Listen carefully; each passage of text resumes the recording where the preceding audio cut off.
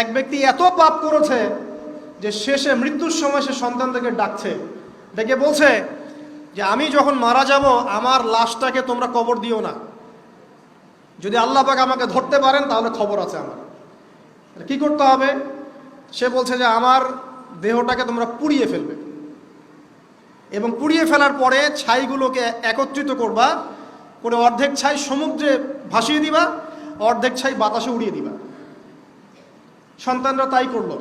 মৃত্যুর পর আল্লাহ পাক এই সমুদ্র এবং জমিনকে বাতাসকে আদেশ করলেন যে তোমরা ছাই জড়ো করে দাও। আর মানুষ আর জিন আল্লাহর কথা না শুনলেও এই প্রকৃতি আল্লাহ পাকের কথা শোনে। তো প্রকৃতিকে আল্লাহ পাক আদেশ করলেন এই সমুদ্র ছাই জড়ো করো, এই বাতাস ছাই জড়ো করো। তারা ছাই জড়ো করে দিল। এই ব্যক্তিকে বলা হচ্ছে তুমি জীবিত করে আল্লাহ পাক বলছেন তুমি যে এই কাজটা করেছিলে, লিমা ফাআলতা হাদা, তুমি এই কাজটা কেন করেছো? তখন এই ব্যক্তি উত্তর দিচ্ছে মিন খাশিয়াতিকা ইয়া রাব্বি ওয়া আনতা আ'লাম। হে আল্লাহ, আমি আমার বুঝে যা এসেছে আপনার ভয়েই আমি এই কাজটা করেছি, আর আপনি খুব ভালো করেই জানেন যে আমি আপনার ভয়ে করেছি নাকি অন্য কোনো কারণে করেছি, মানে আপনি আমার মনের কথা জানেন। আল্লাহ পাক তাকে মাফ করে দিলেন।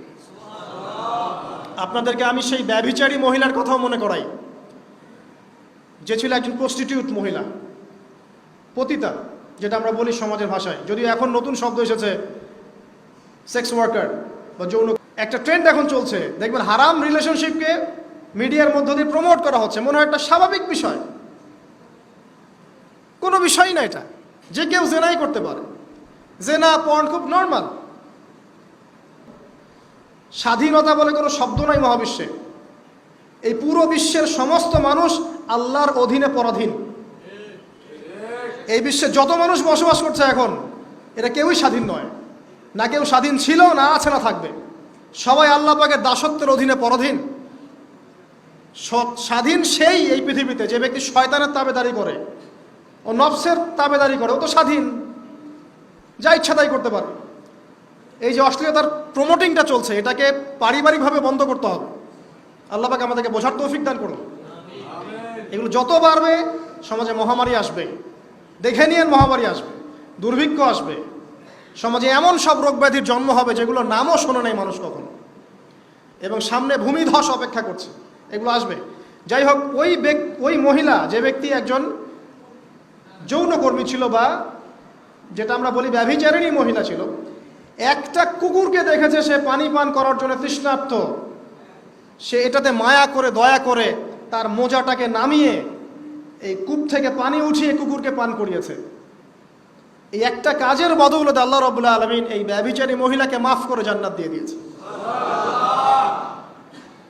হাদিসে এটাও এসেছে, নবী সাল্লাল্লাহু আলাইহি ওয়াসাল্লাম বলেছেন ইরহামু মান ফিল আরদ, তোমরা সবাই জমিনবাসীর প্রতি রহম করো। জমিনে মুসলিমই থাকতে হবে, তাদের প্রতি রহম করতে হবে এমন নয়, জমিনবাসী যারাই আছে সবার প্রতি রহম করো, জাতি ধর্ম বর্ণ নির্বিশেষে, এমনকি পশু পাখির প্রতিও দয়া করো। ইরহামু মান ফিল আরদ, জমিনে যারা আছে সবার প্রতি রহম করো। ইয়ারহামুকুম মান ফিস সামা, যিনি আসমানে আছেন তিনি তোমাদের প্রতি রহম করবেন ইনশাআল্লাহ। ইসলাম এই কথাগুলো বলেছে 1400 বছর আগে। আজকের এই বিশ্বের সোকল্ড এই মডার্ন বিশ্বে, যেখানে মানুষের রক্তের কোনো দাম নাই, সেখানে ইসলাম পশু পাখির অধিকার নিয়ে কথা বলেছে 1400 বছর আগে। কাদেরকে কি শেখাতে আসেন? কোরআন এবং সুন্নাহর বাইরে অভ্রান্ত সত্যের কোনো উৎস আছে? এখানে যা আছে তাই চূড়ান্ত। মানতে চাইলে মানেন, না মানতে চাইলে জাহান্নামে যান, কেউ তো বাধ্য করছে না। লাকুম দীনুকুম ওয়ালিয়া দীন। আল্লাহ পাকের রহমত দেখেন। আরেকটা ঘটনা আছে এমন, একটা বিড়ালকে বেঁধে রেখেছিল এক মহিলা, খাবার দেয় নাই, কষ্ট দিয়েছে। একটা বিড়ালকে খাবার না দিয়ে কষ্ট দেওয়ার কারণে এই মহিলাকে আল্লাহ পাক জাহান্নামে পাঠিয়েছে।